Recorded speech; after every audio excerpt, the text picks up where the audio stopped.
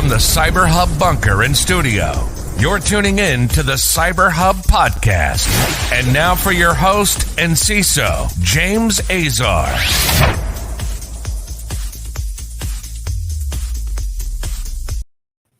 Hey, everyone. Happy Tuesday. It's March 2nd, 2021. I am James Azar, your host and CISO. Welcome to the Practitioner Brief today. We have a lot of great stories to talk about, including the one right in front of you where a Chinese APT group is targeting power plants in India. We're going to talk a lot about the Ryuk Ransomware, and the Solarwinds blunder continues. And we're going to talk about that as well, because that to me is the essence of why I became a CISO. But before we do that today, if you're tuning in live and you're watching us live, thank you so much. Please subscribe to our podcast right now. Follow us on your favorite social media network. We're live on Facebook, LinkedIn, and YouTube, although very soon we'll be adding Twitch and Reddit to our repertoire of live streams, so you can watch us there as well.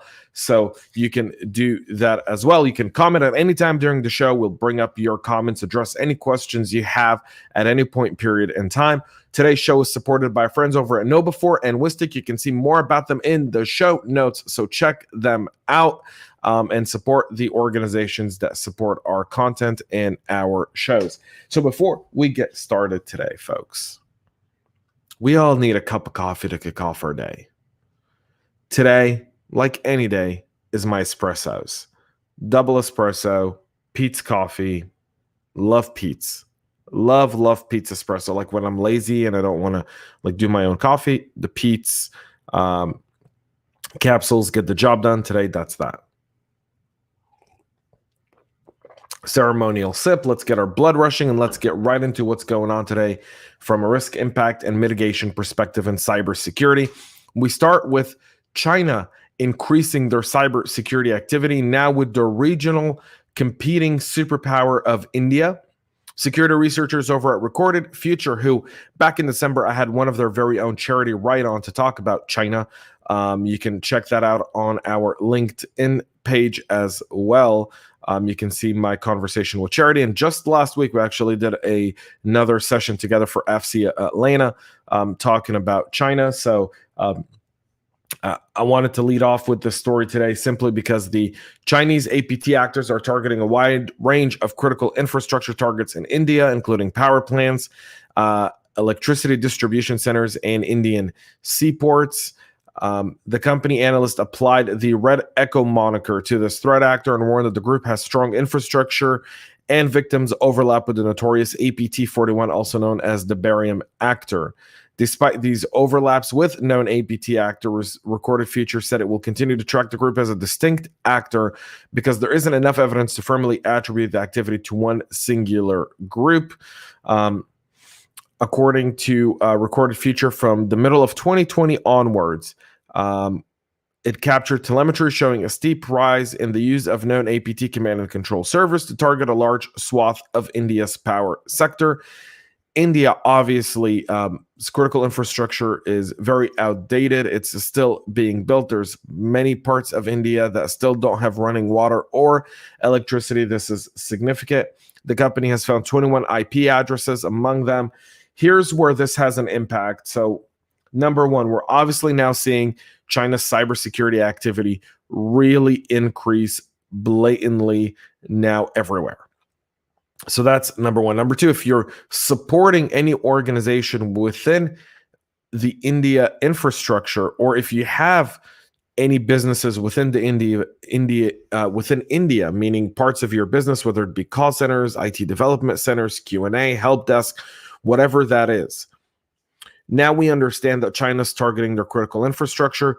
We now, as CISOs and as risk managers, need to go back to the boardroom, advise of these latest findings, and start to put together plans, whether it be generators in the buildings, whether it be backup plans in the event that this does escalate.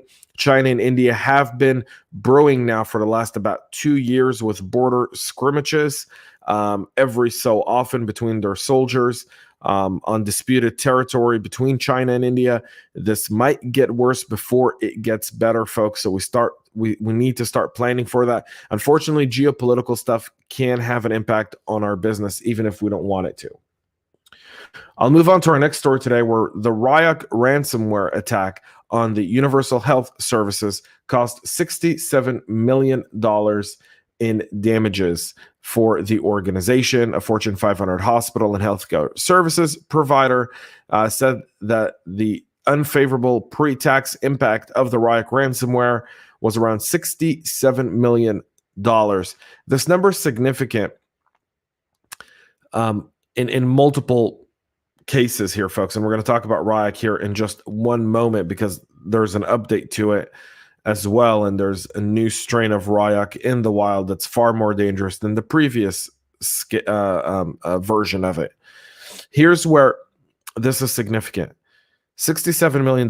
Most companies buy a cyber insurance policy that's anywhere between $5 to $20 or maybe $30 million at best. So they're, even after insurance, they're taking a 37, if that, a $30 million policy. I don't think that a $30 million policy. I don't know. I'm not going to guess here. This is a great talking point for the CFO.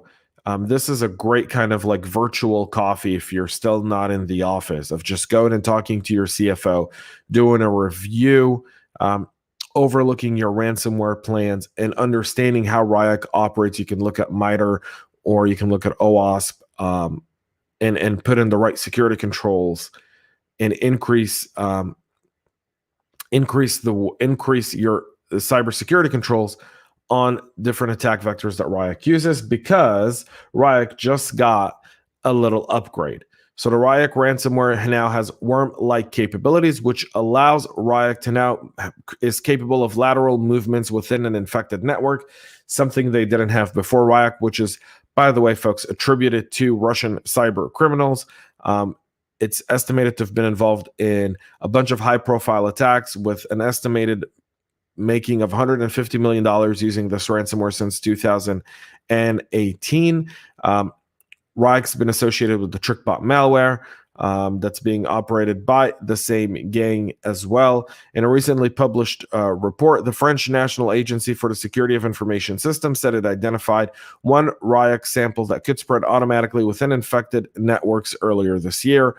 The ransomware has long relied on the use of other malwares for the initial deployment and did not show signs of worm-like capability before, although it was able to encrypt data on network shares and removable drives as well. Ryuk has a combination of symmetric and asymmetric algorithms for encryption, kills specific processes on infected systems, and appends the .ryk extension to the encrypted file, can turn on workstations using the wake on LAN feature, and destroys all shadows copies to prevent data recovery.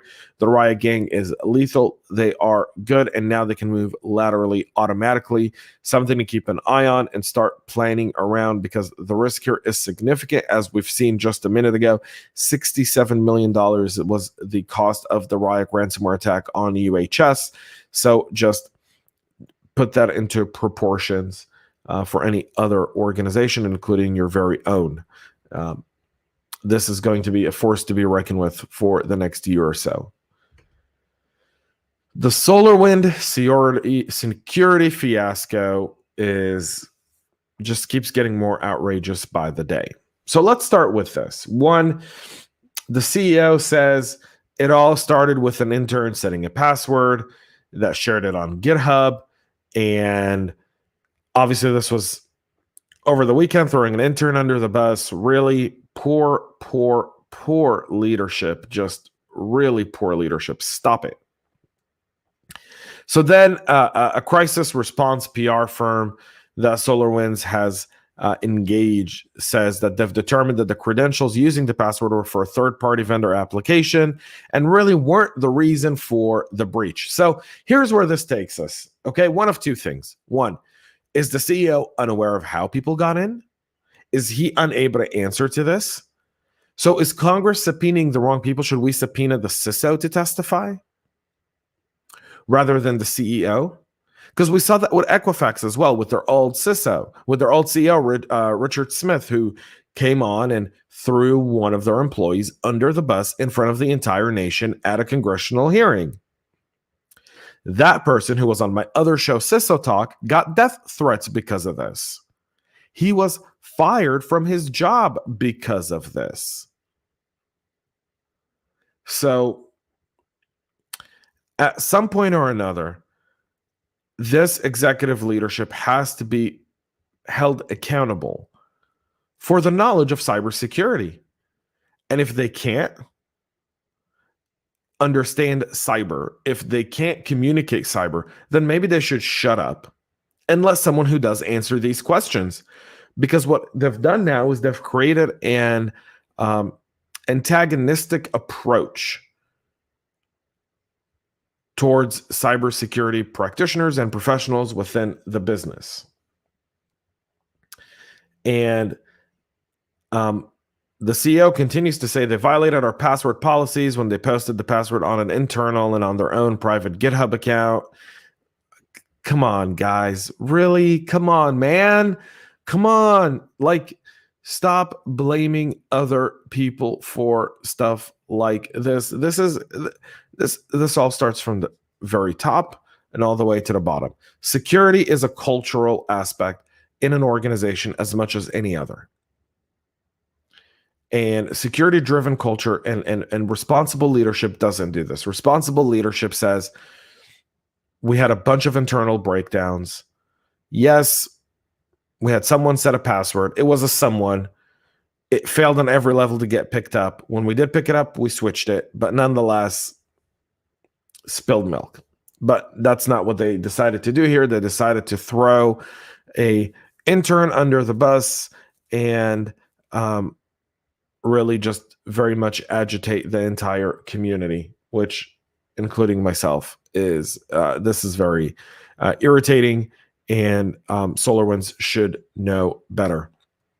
Folks, that's it for our practitioner brief today. We'll be back tomorrow with a lot more to talk about, I am sure. So until then, keep your eye out for the Ryuk Ransomware.